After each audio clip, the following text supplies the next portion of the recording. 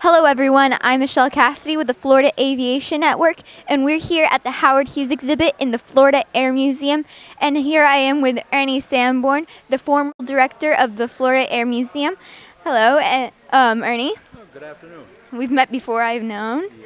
Yeah. And we're standing here in front of the Spruce Goose, is that right? Well, Spruce Goose was his nickname. It's actually known as the HK-1, and it was named after Henry Kaiser and Howard Hughes, who were both involved in that project.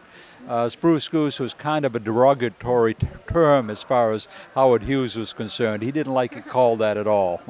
Interesting. Is there anything else interesting about this Spruce Goose or the HK? Yes, this was the largest plane for years and years and years. If we actually had this plane in the museum, there'd be 120 feet of wing hanging out the doors. It had a 320-foot wingspan, so it was a huge airplane. If you notice, sitting in the cockpit of the airplane, you can see Howard Hughes in the pilot seat. Well, that is not a pilot in the right seat or a co-pilot. That is a hydraulics engineer, because this plane was so large that they could not manually handle the flight control surfaces. They had to have a hydraulic system to do that. So this was the first powered control system in an airplane, and just because of its huge size.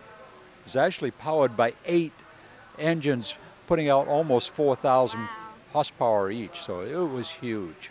Yes, there's an engine back there in the exhibit that shows one of them. Yes, it is, right behind the model of this airplane. Yes, and there's also a picture right down here of it landing very close to the water.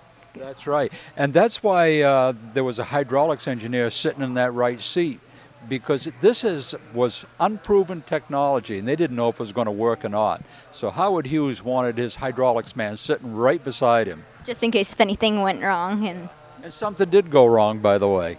Howard Hughes was calling for partial flaps. They'd taxied across the water at 92 miles an hour, and then decided that they would put a little flaps down.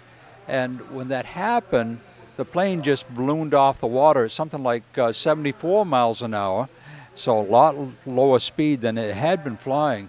So he didn't expect it to fly, and he immediately pulled back on the throttles, and when that happened, he lost hydraulic pressure.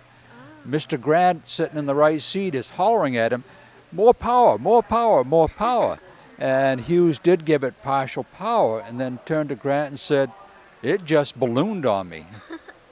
well, this is actually a very big, even though it is a model, and this is actually really big compared to other one of Hughes's airplanes. Oh yes, much larger. He only built 4 airplanes, and the HK-1 was the last of the series. He built the H-1 Racer, the D-2 Bomber, and then the XF-11. And by the way, his crash in the XF-11 is why we have hospital beds today.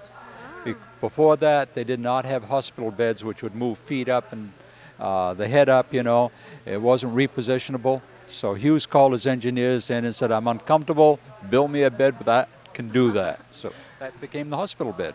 It's very interesting, and it's great to be standing next to a unique plane.